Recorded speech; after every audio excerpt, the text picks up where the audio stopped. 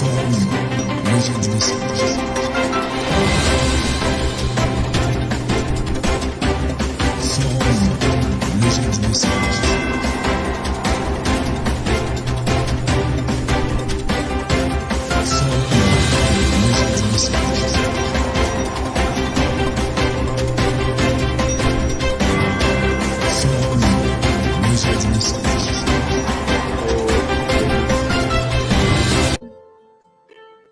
sommes très heureux aujourd'hui encore de nous retrouver devant vous pour vous parler de l'évangile du 3e Exode. L'évangile qui réveille tous les démons de leur drap. L'évangile qui vous conscientise d'un changement réel et radical intervenu dans le domaine de la religion.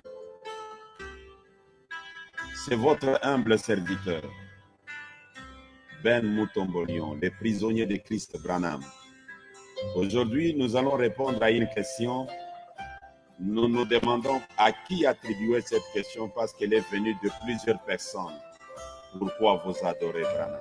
Ben Mutombo, pourquoi tu adores Branham? Pourquoi tu n'adores pas tel? Pourquoi tu n'adores pas tel? Tu adores seulement Branham.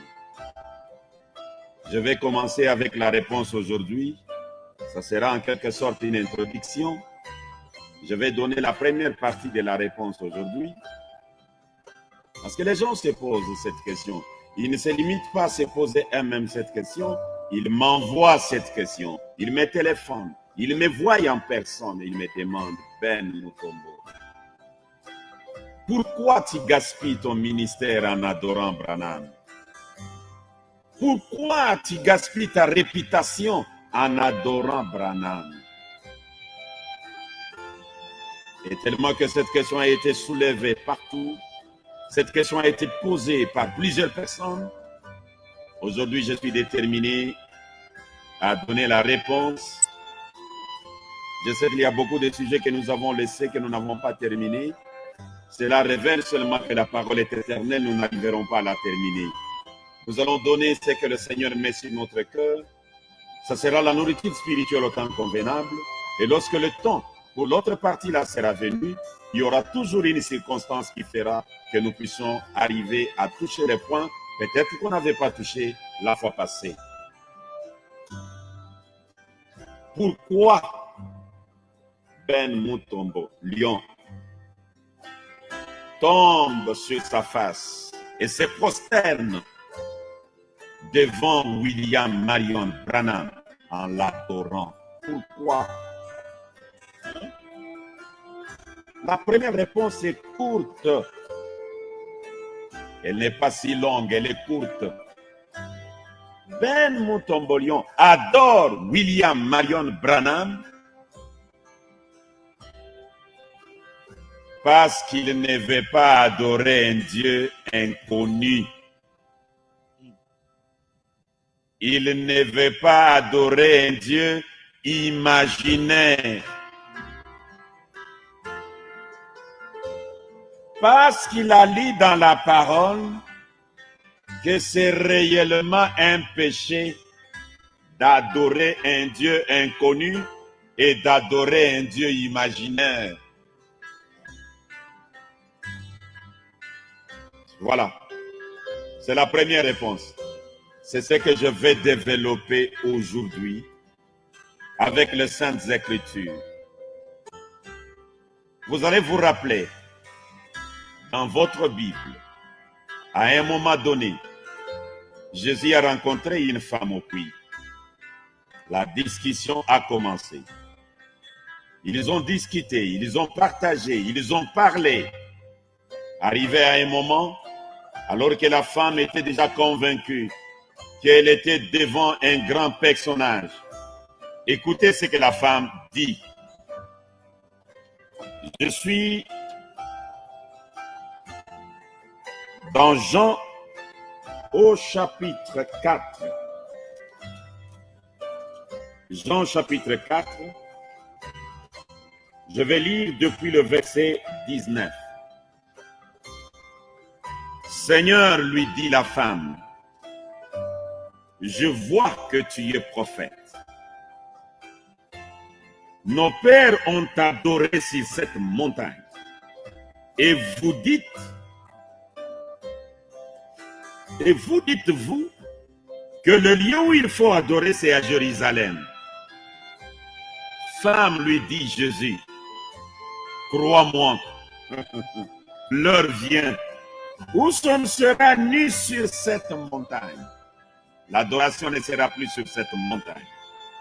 Et pourtant, auparavant, l'adoration était sur la montagne. Le lieu d'adoration change.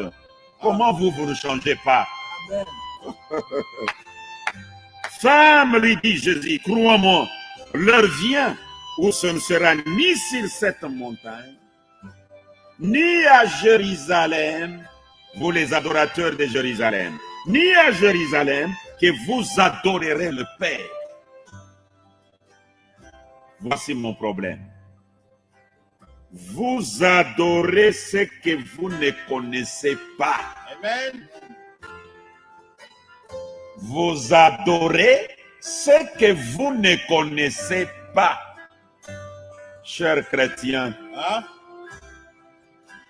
chers croyants, voudriez-vous vous arrêter un moment et penser, méditer sur cette déclaration faite par le Seigneur Jésus lui-même? Vous adorez ce que vous ne connaissez pas. Maintenant, vous, est-ce que ce que vous adorez, c'est lui que vous adorez, vous le connaissez? N'est-il pas un Dieu imaginaire? Vous vous imaginez ce Dieu-là. N'est-il pas un Dieu inconnu? Est-ce que vous le connaissez? L'avez-vous déjà vu? Avez-vous son image? Le connaissez-vous? Vous adorez ce que vous ne connaissez pas. Et comment je dois être frappé par cette maladie d'adorer un Dieu inconnu? Vous adorez ce que vous ne connaissez pas. Nous adorons ce que nous connaissons, oui. Car le salut vient des Juifs. Mais l'heure vient, et elle est déjà venue, où les vrais adorateurs adoreront le Père en esprit et en vérité. Car ce sont là les adorateurs que le Père cherche. Vous adorez ce que vous ne connaissez pas. C'était Jésus.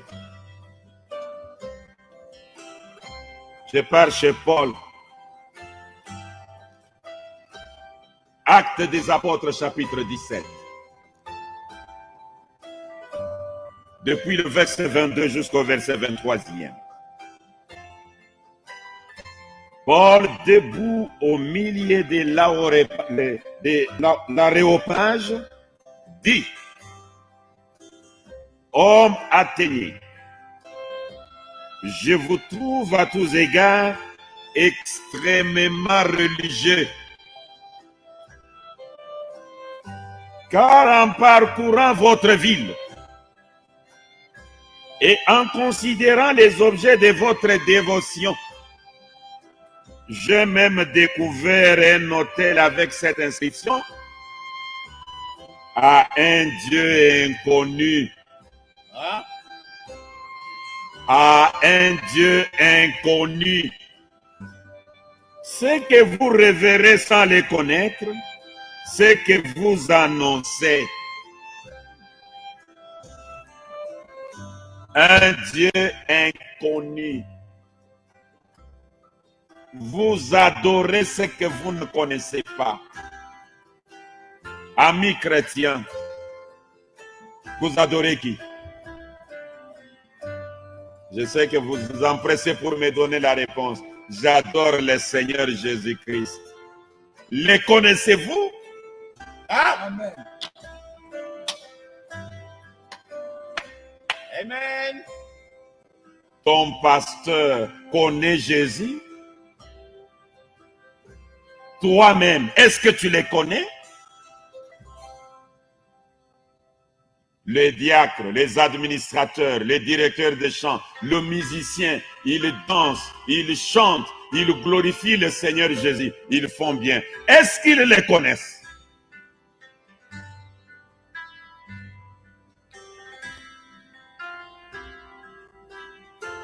Pour votre information, Jésus n'a pas laissé une photo sur la terre. À l'époque de Jésus, il n'y avait pas encore l'appareil photo. On n'avait pas encore inventé le caméra.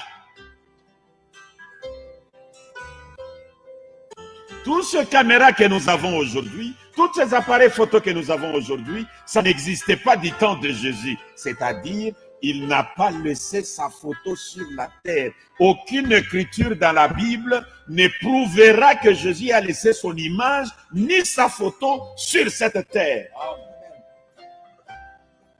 Par conséquent,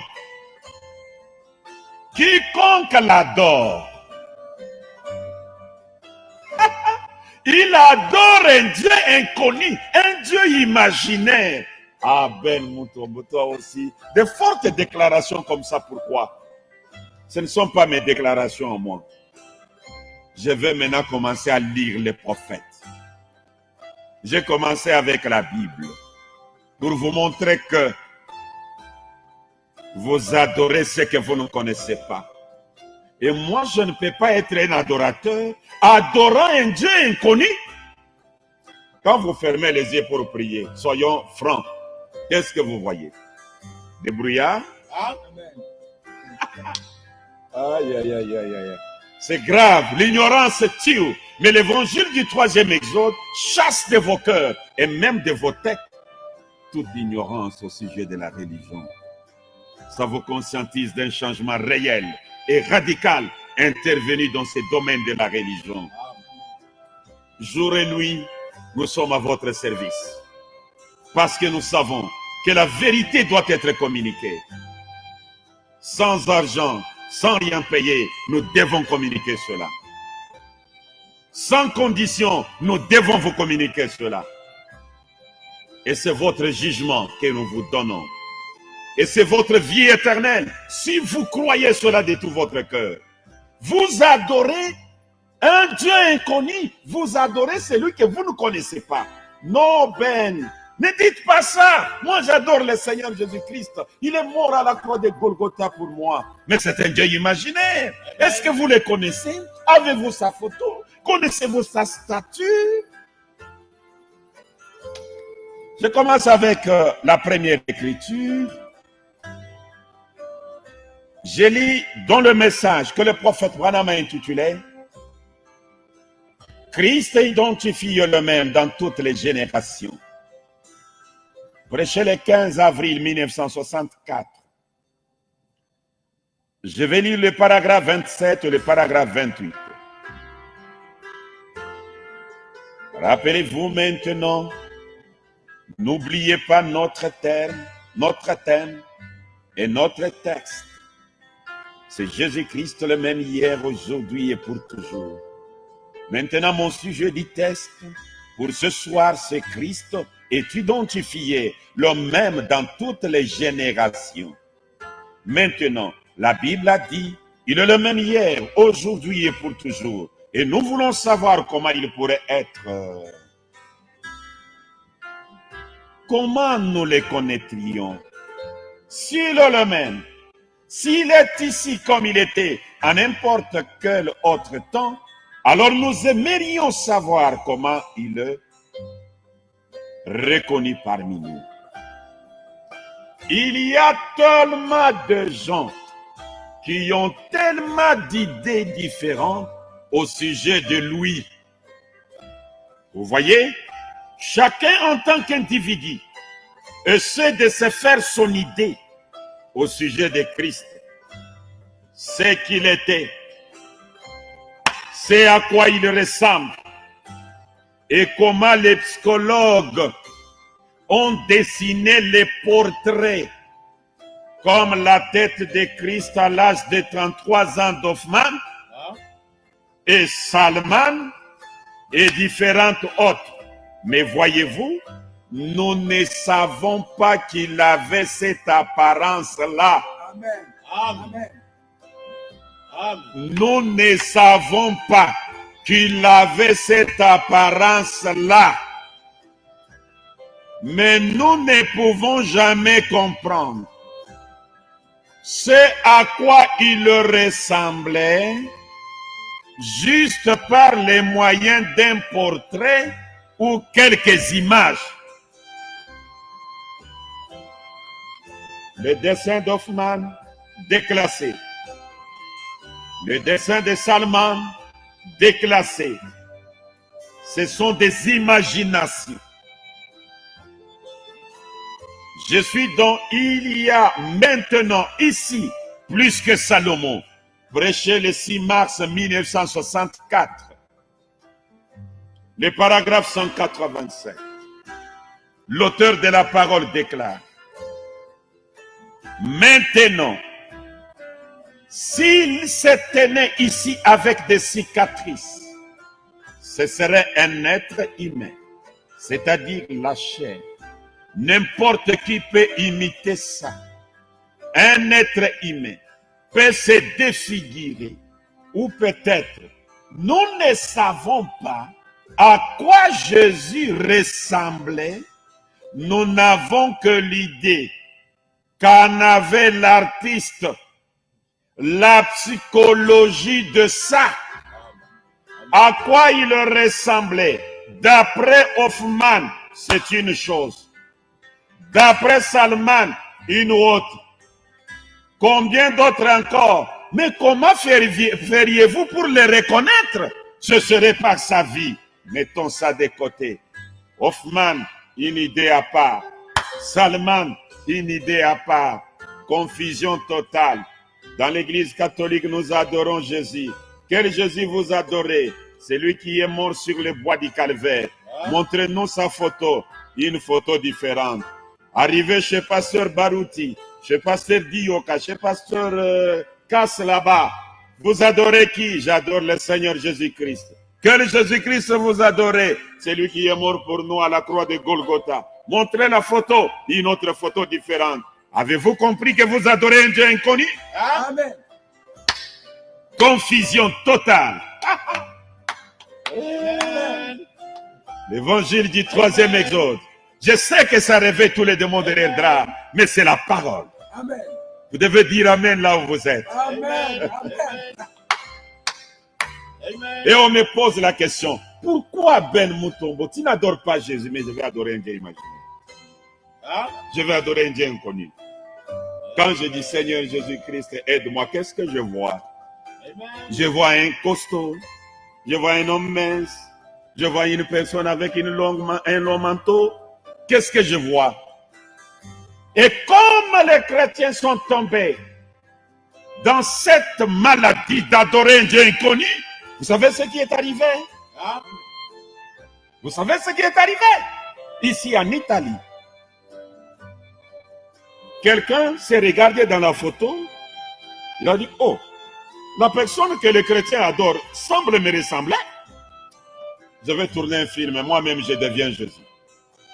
Ils tournent le film et deux pasteurs, des hommes saints, ils prennent ce film et ils le mettent dans des églises. Et quand le peuple de Dieu regarde ce film, quand on est en train de le flageller, le peuple pleure. Oh mon Seigneur, c'est lui qu'ils appellent mon Seigneur, un fumeur de chanvre. Conséquence d'adorer un Dieu imaginaire, un Dieu inconnu.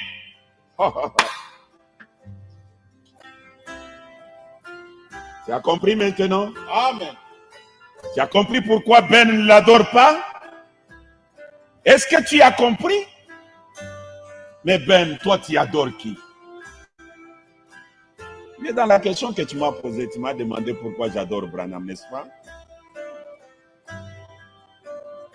J'adore le Dieu que je connais. Le Dieu identifié par ses caractéristiques. Le Dieu que j'adore. Amen. Je commence avec... je vais commencer avec la parole parlée et la sémence originelle. Le prophète Branham fait une déclaration. Écoutez, j'étais dans la Bible, maintenant je suis dans le message. Je suis à la page 90e. Je lis directement la partie essentielle. C'est le deuxième paragraphe sur la page. C'est pareil aujourd'hui. Ils prétendent connaître la parole de Christ. Les gens prétendent connaître la parole de Christ. Mais ne connaissent pas le Dieu qui était en Christ. Amen. Ils prétendent connaître la parole de Christ, mais ne connaissent pas le Dieu qui était en Christ. Qui peut être réchauffé par la peinture d'un feu, par une expérience de séminaire. Ils connaissaient Moïse, mais pas son Dieu. Ils prétendent connaître la parole de Christ. Mais le Dieu qui était en Christ, Jésus disait, les œuvres que je fais, ce n'est pas moi qui le fais, c'est le Père qui habite en moi. Maintenant, ce Père qui habitait en Jésus. Branham dit, ces gens prétendent connaître la parole de Christ, mais le Dieu qui était en lui, ils ne le connaissent pas. Qu'est-ce que cela veut dire, Pasteur Ben? Écoutez, je suis maintenant dans le message qu'il a intitulé « Que ferai-je de Jésus appelé Christ ?» Là, je lis à peu près 3 paragraphes ou 4 même. Depuis le paragraphe 86, se prêchait quand Christ est, que ferai-je de Jésus qu'on appelle Christ, le 24 novembre 1963. Écoutez. Et aujourd'hui, la parole qui est clairement pour ce jour-ci a été confirmée. Elle a été faite réelle. Elle a été montrée comme étant la vérité. Et au sujet des derniers jours, Jésus a dit, comme il en était aux jours de Sodome, ainsi en sera-t-il à la venue du Fils de l'homme. Le Dieu lui-même qui était la parole prédit le temps de la fin à ce qui arriverait. La lumière jaillira au temps du soir, comme le dit Malachie 4. Il enverra ces choses et les prouvera. Nous en sommes arrivés au point où il faut prendre une décision. Mais les églises ont rejeté cette lumière. Et qu'est-ce que les églises ont préféré? Un meurtrier de la parole. Quelqu'un qui prend un système. Si le système est contraire à la parole, il est meurtrier de la parole. Mais ils ont préféré une tradition dénominationnelle au lieu de la vraie parole manifestée et prouvée comme étant Dieu au milieu du peuple. Cela a été prouvé par la science au moyen des photos, de la lumière, de cette même ange du Seigneur et de la colonne de feu, de la lumière, de cette même ange du Seigneur et de la colonne de feu. C'est lui-là même qui vécut sur la terre, dans le corps de Jésus-Christ, est venu vers son peuple au dernier jour. Amen. Amen. Et les savants en ont pris des photos. Amen. Amen. Amen. Amen.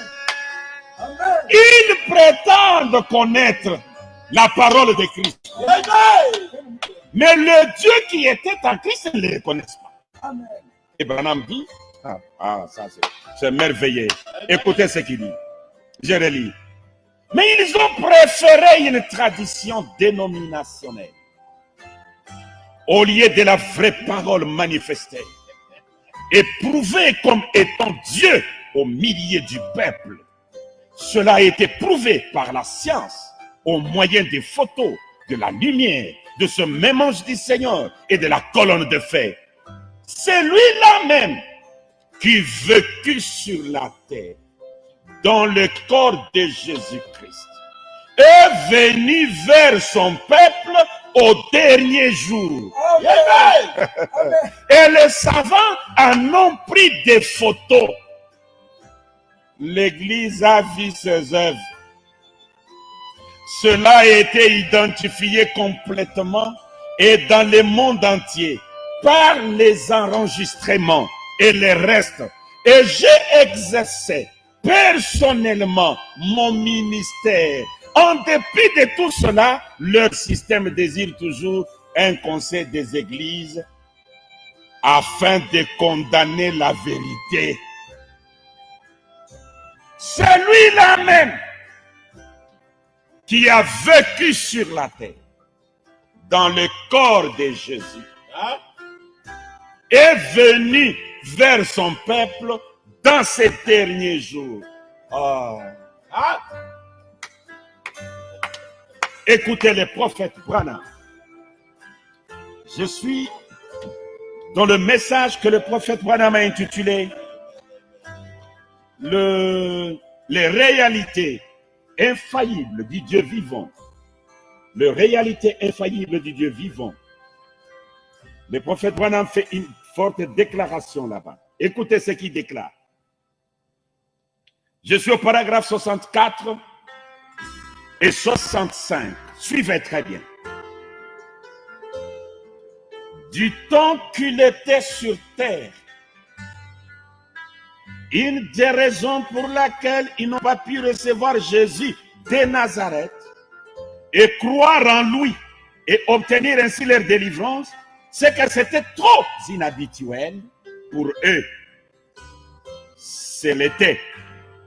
Il est venu avec sa délivrance. Dieu leur avait envoyé la délivrance et cela leur était inhabituel. Qu'ils n'ont pas voulu l'accepter parce que ce n'était pas venu de la manière qu'ils recevaient habituellement la religion.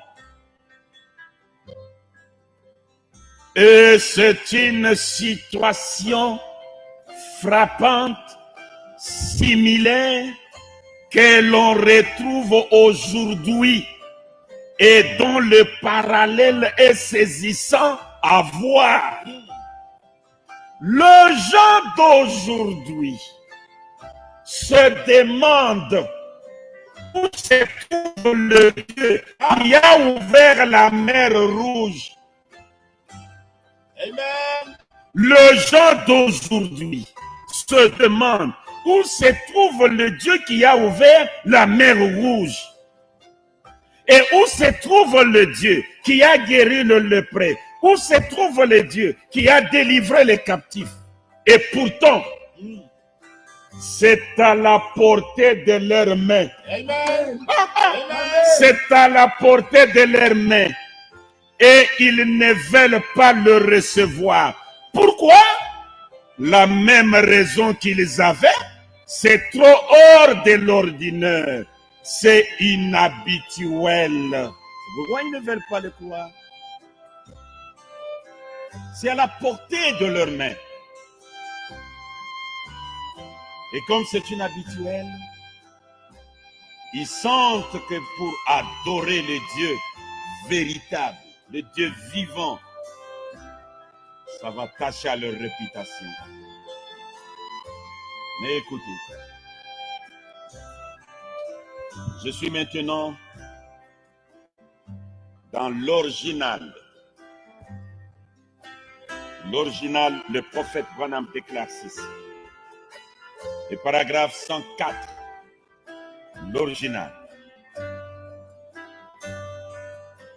Il déclare ceci. Et Père, il devint un fou pour le monde afin de connaître Jésus. Et c'est ce que nous faisons aujourd'hui, Seigneur. Il y a ici des gens qui sont considérés comme fous parce qu'ils sont prêts à mettre leur confiance en Dieu pour leur guérison, pour leur destination éternelle.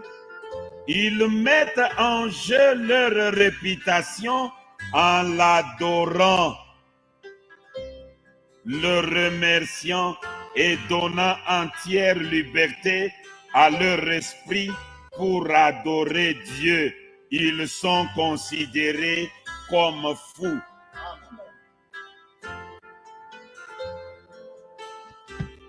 Ils mettent leur réputation en jeu. Ben Mutombo, pourquoi tu ruines ta réputation pour adorer un homme?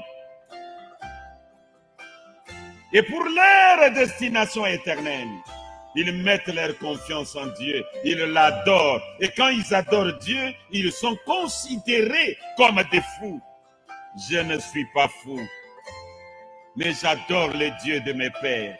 Mais dans la voie que le monde appelle aujourd'hui hérésie. Ah, l'évangile du 3e exode. Écoutez. Persévérer. Oui, je dois persévérer.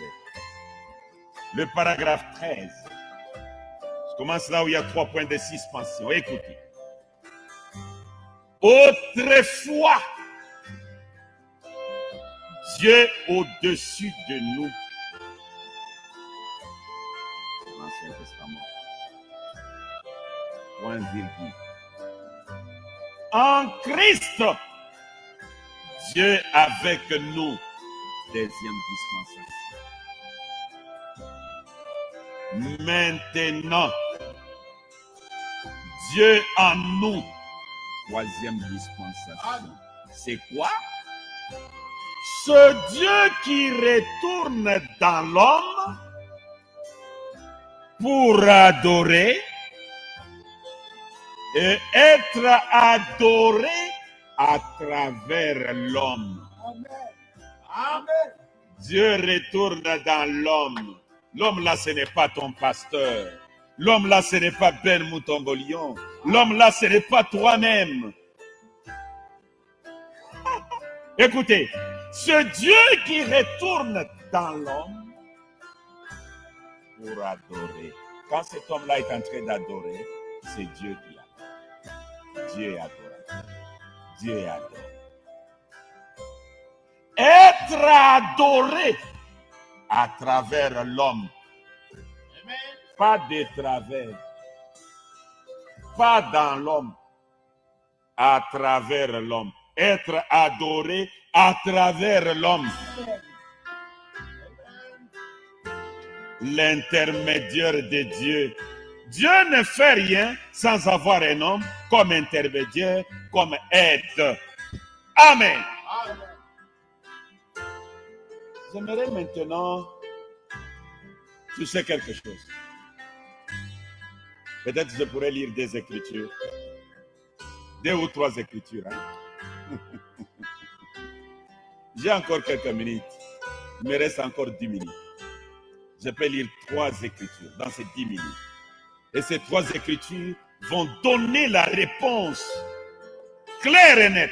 Pourquoi Ben Mutombo adore William Marion Branham. Surtout vous, le cœur du message. Aujourd'hui, vous me saisirez. Vous qui avez toujours l'habitude d'écouter votre pasteur dire les œuvres que Jésus a fait, Branham les a fait aussi. Vous qui avez toujours écouté votre pasteur dire Branham a dépassé même Jésus en œuvre. Vous allez me comprendre aujourd'hui. Et je crois que cette question ne va plus encore être soulevée. Ça sera la dernière fois que vous allez soulever cette question. Il restera une seule chose, passer en action. Devenir comme moi, prisonnier de Christ Branham. Amen. Écoutez, je suis dans la stature de l'homme parfait. La stature de l'homme parfait.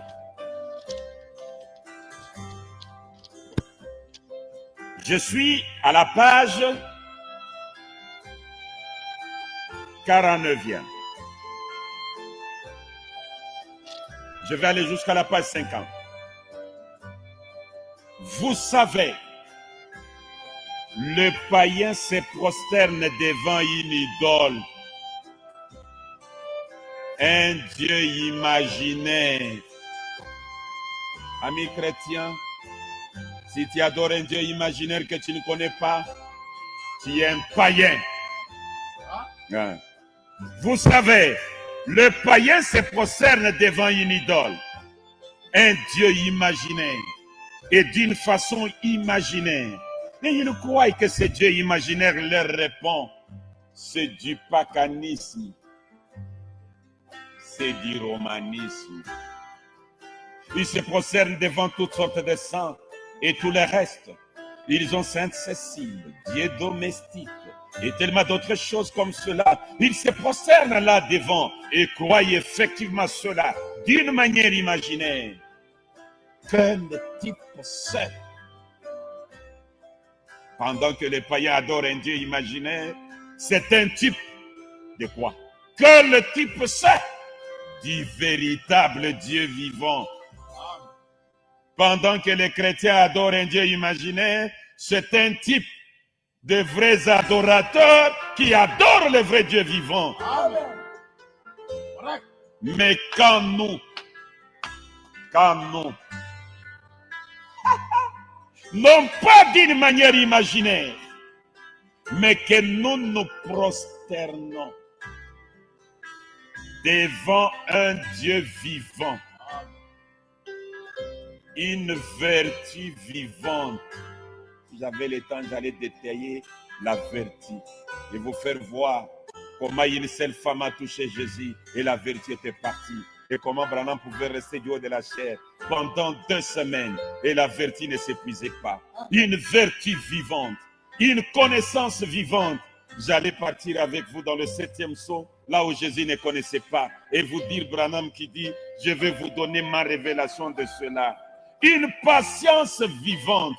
Moindre geste, le fouet à la main et chasser les gens de l'église. Pendant que Branham prêche, la femme ne coupait pas les cheveux. 30 ans, les femmes coupant les cheveux. Oh, quelle patience! Une piété vivante. Le mystère de la piété est grande. Oh! Une puissance vivante venant par le Dieu vivant.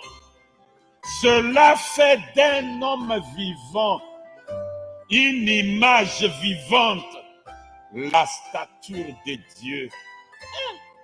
Qu'est-il en train de faire? Cet homme qui a toutes ces matériaux, la vertu vivante, la connaissance vivante, les dépôts de la sagesse. Toutes ces choses forment un homme, une image de Dieu, une image vivante, la stature de Dieu. Et Branham pose la question, parce que vous pouvez dire c'est votre pasteur, mais ce n'est pas votre pasteur. Écoutez, qu'est-il en train de faire? Cet homme-là, la stature de Dieu, qu'est-il en train de faire? La même chose que Jésus a faite, naissant sous la constellation des 3 étoiles, comme Jésus. Mon pasteur, c'est oublié. Ben Mutombo, oublié. Discernant les pensées, comme Jésus l'a fait. Ton pasteur, oublié. Hein? Voilà. Qu'est-il en train de faire? La même chose que Jésus a faite. Marchons de la même manière que lui. Faisons les mêmes choses que lui. Parce que ce n'est pas quelque chose d'imaginaire, il y a une réalité qui le démontre. Voilà l'homme que Ben adore. Avec toutes ces matériaux, une image vivante, la stature de Dieu. Preuve que c'est lui. Il fait les mêmes choses que Jésus a fait. Oh, il fait les mêmes choses que Jésus a fait. Cher caméraman, permettez-moi un peu de me tenir debout. Je ne sais pas si vous avez je vais lire quelque chose ici.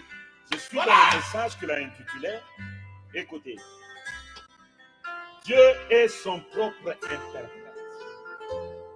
Il fait cette déclaration. Paragraphe 59. Eh bien, Jésus, pour gagner du temps, Jésus a dit dans Saint Jean chapitre 14, verset 12, celui qui croit à moi fera aussi les œuvres que je fais. A-t-il dit cela? C'est vrai. Cela n'a besoin d'aucune interprétation. Quand quelqu'un accomplit cette œuvre-là, ce Dieu. Amen. Certainement. Amen. Quand quelqu'un accomplit cette œuvre-là, ce Dieu, voilà l'homme que nous adorons. Il fait les mêmes choses que Jésus a fait. Il marche de la même manière que lui. Il a de vertus. Il a de la connaissance. Et Ben tombe à la face contre terre. Pourquoi je tombe à la face contre terre? Écoutez les prophètes. Je suis maintenant dans les sons incertains. Bill Branham déclare. Le paragraphe 145 à 148. C'est l'avant-dernière citation. Je lis ça, je lis la dernière, et je vous laisse le temps de respirer. Sinon, il y a beaucoup de choses qui m'arrivent déjà. Je risque de vous garder longtemps et le temps est limité. Écoutez. Il y a 8 ou 10 ans, je me trouvais quelque part ici dans l'Est et une femme monta sur la plateforme pour qu'on prie pour elle. Le Saint-Esprit dit, vous êtes Madame telle, et vous êtes venue de tel lieu, vous souffrez de telle chose. Oui, tout cela est vrai. Il dit ensuite, vous avez une amie qui habite la Californie, laquelle est pour vous une précieuse amie. Et cette femme est mourante du cancer du rein. Elle dit, cela est certainement juste, frère Branham. Oh? Le Saint-Esprit là, c'est frère Branham. Cela est certainement juste, frère Branham. Cela, le Saint-Esprit, révélant le secret du cœur. Vous voyez, cela devrait amener les Américains à tomber sur leur face. Amen. Et à dire, Dieu. Vous voyez, ça devrait faire cela. Mais oh, ce sont des païens éduqués. Quiconque voit Branham discerner le pensée, mais n'est pas mesure de tomber face contre terre pour dire Dieu, pour l'adorer, c'est un païen éduqué. Combien de païens éduqués nous avons qui sont même derrière la chair, lisant les brochures? Amen. Je termine par ici. Dieu est son propre interprète. Ah, le message est notre domaine. Les papas de ce monde peuvent laisser des véhicules et n'importe quoi à leurs enfants. Mais notre Père à nous, H.A.M., nous a resté le message. Et le message, c'est notre héritage. Et c'est notre domaine. Je suis donc Dieu est son propre interprète, prêché le 5 février 1964, soir. Écoutez. J'ai lu les paragraphes 138 et 139. Et puis, je vais lire de 148 à 163. Et nous allons nous arrêter par là. Bonsoir, 138. Voyez-vous maintenant, ayez foi en Dieu, ayez foi en Dieu. On dirait juste un enfant. C'est Dieu qui connaît votre cœur. Jeune dame, pas moi. Croyez-vous que Dieu est capable de me révéler ce qui ne va pas? Allez-vous croire en lui si je le fais?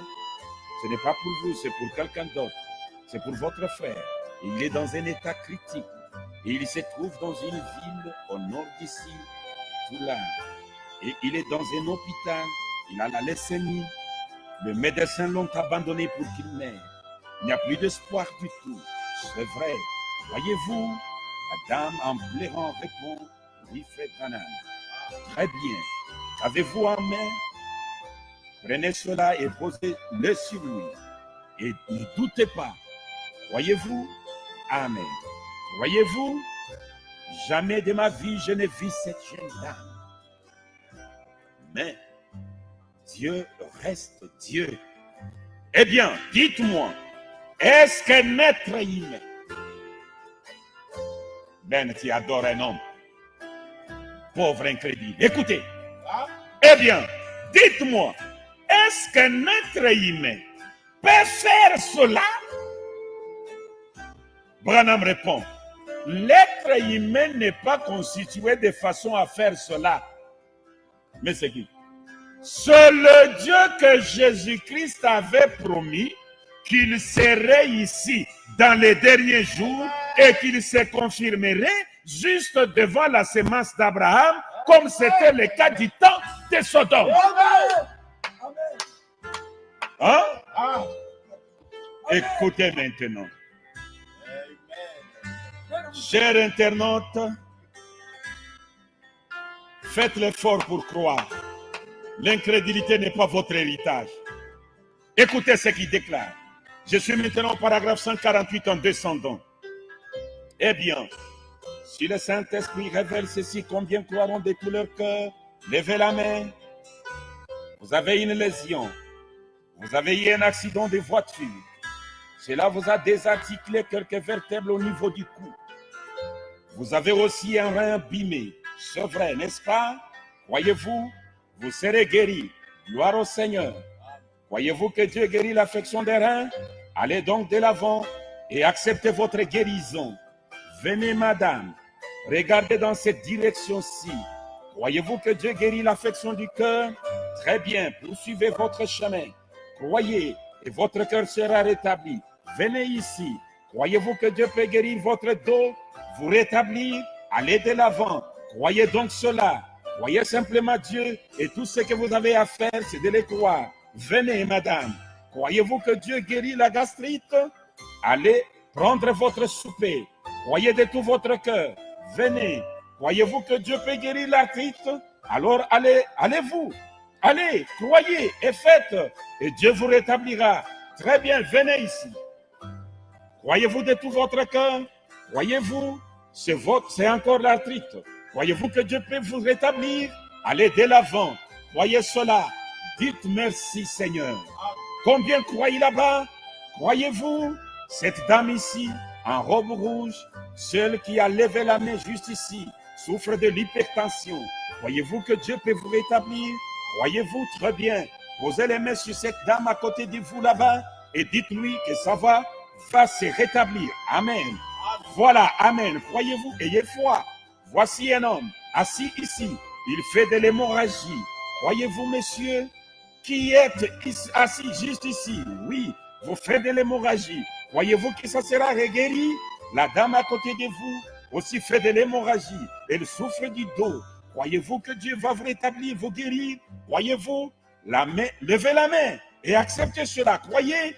Cette dame à côté de vous a des problèmes aux jambes, à la hanche. Croyez-vous que c'est vrai, madame? Croyez-vous que vous serez guéri? Eh bien, levez la main et dites, j'accepte cela. Très bien. La dame à côté d'elle a une infection. Toutes ces choses-là, vous avez entendu? Au nom du Seigneur Jésus, soyez guéris. Je continue. Très bien. La dame à côté d'elle a une infection. Croyez-vous que Dieu va guérir cette infection? Vous, jeune dame en lunette, levez la main et dites, je l'accepte. Très bien, croyez cela. La dame à côté d'elle souffre des reins. Croyez-vous que Dieu va guérir cette affection des reins? Madame, très bien, levez la main et acceptez cela. La petite fille à côté d'elle a un goitre. Crois-tu que Dieu va guérir ces goitres-là? Levez la main et acceptez cela. Combien croient de tout leur cœur? Combien croient de tout leur cœur? Alors levez-vous et acceptez cela.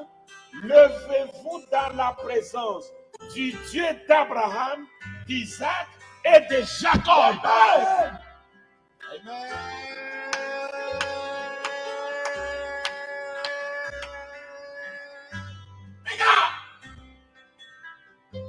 Prosternez-vous. Adorez comme Ben Mutombo le fait. Ben a adoré comme Abraham l'avait fait. Pourquoi vous hésitez? Pourquoi vous doutez? À cause de la réputation? Pourquoi vous doutez? Pourquoi vous hésitez? Que le Très-Haut vous bénisse.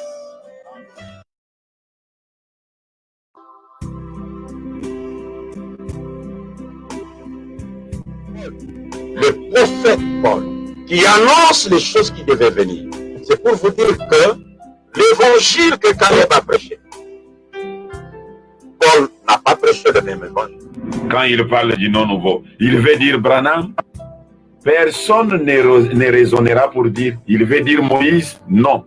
Tout le monde va dire, il veut dire Branham. C'est parce qu'il y a une petite voix qui leur chuchote.